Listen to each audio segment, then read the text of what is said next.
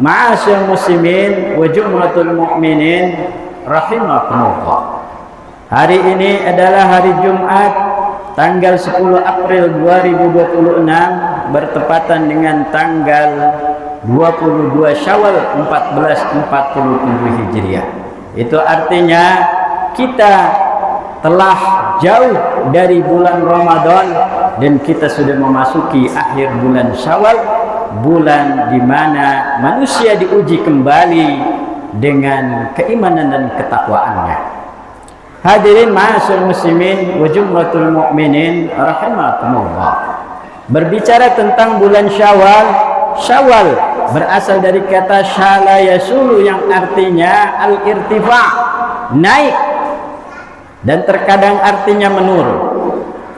Maka sangat wajar jika Syawal artinya naik atau turun, karena pada bulan Syawal seolah manusia diperlihatkan kembali tentang keimanannya, apakah naik di bulan Syawal atau justru turun di bulan Syawal setelah kita melalui pendidikan keimanan pada bulan Ramadan yang lalu.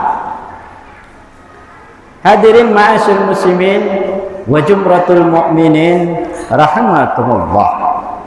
Lalu bagaimana cara kita melihat apakah keimanan kita di bulan Syawal ini naik atau turun? Di antaranya adalah lihat saja kebiasaan kita.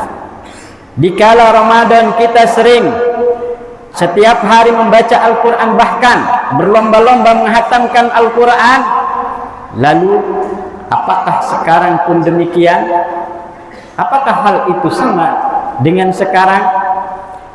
Dikala Ramadan kita terbiasa bangun pagi tepat waktu untuk melaksanakan sholat subuh berjamaah di musola atau di masjid, dan hal itu apakah sama dengan sekarang?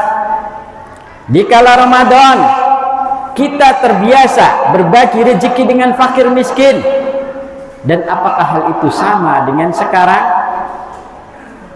Jika hal itu sama dengan sekarang, itu artinya keimanan kita stabil.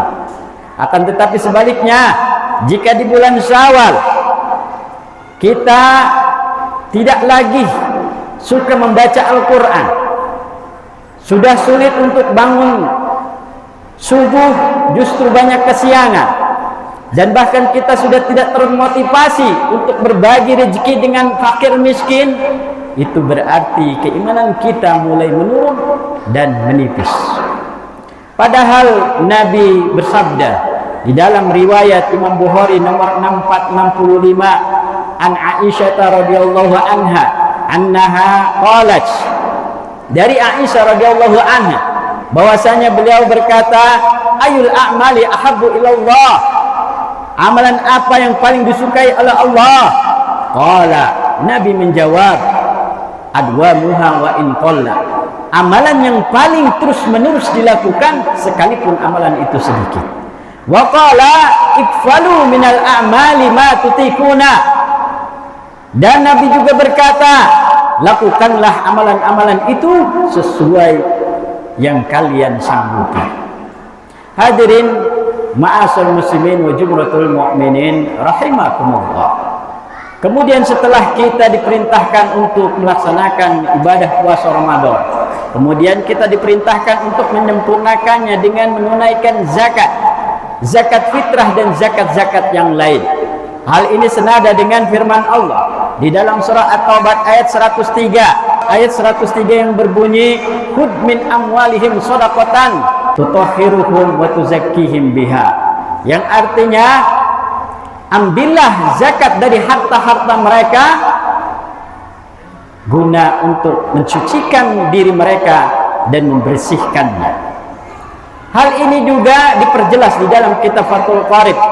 Dikatakan tajibu zakatu fi khamsati asya'a, wajib zakat pada 5 hal: al-mawasi wal asmanu waz zuru'u wa samaru wa urudul tijarati, yang artinya 5 hal yang wajib dijakati adalah hewan ternak, kemudian harta benda, kemudian barang dagangan, kemudian buah-buahan dan pertanian.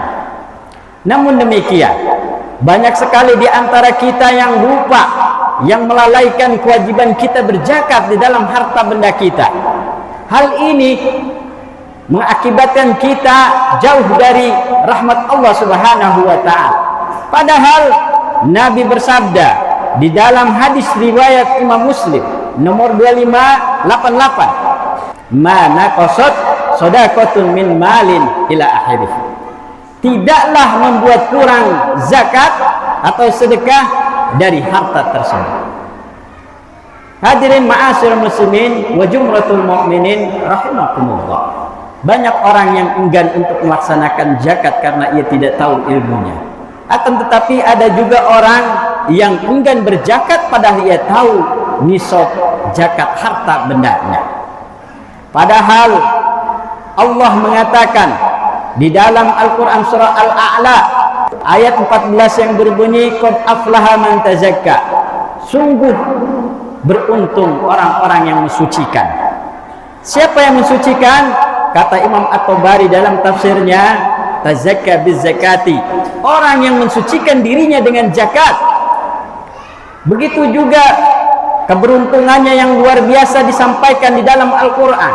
Surah Al-Baqarah ayat 261 yang berbunyi, masalul ladzina yunfikuna amwalahum fi sabilillah kamasali habbatin ambatat sab'a sanabila fi kulli sumbulatin mi'atu habbah.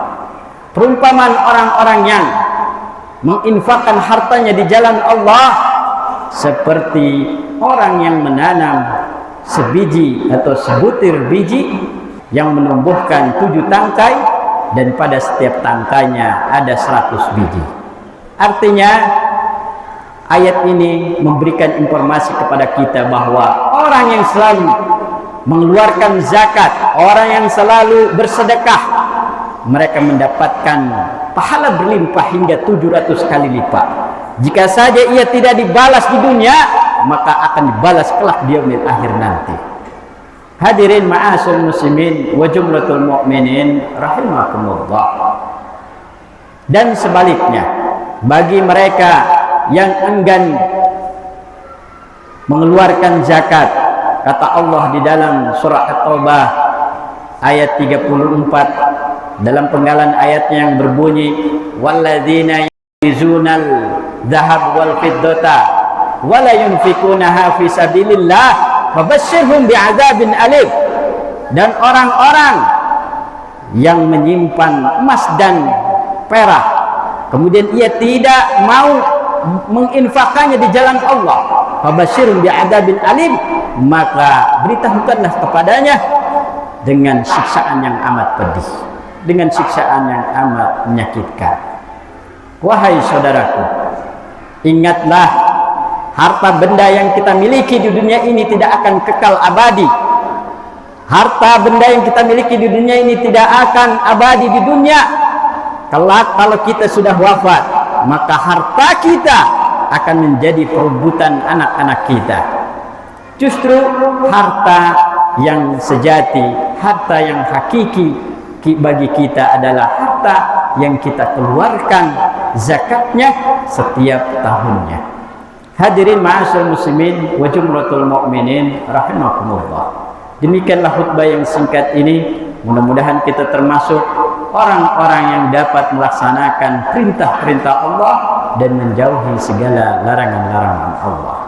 Barakallahu li wa lakum wa nafa'ani wa iyyakum bima fihi wa dzikril hakim wa taqabbalahu minni wa minkum tilawatahu aqulu qawli hada fastaghfirullah innahu huwal ghafurur rahim.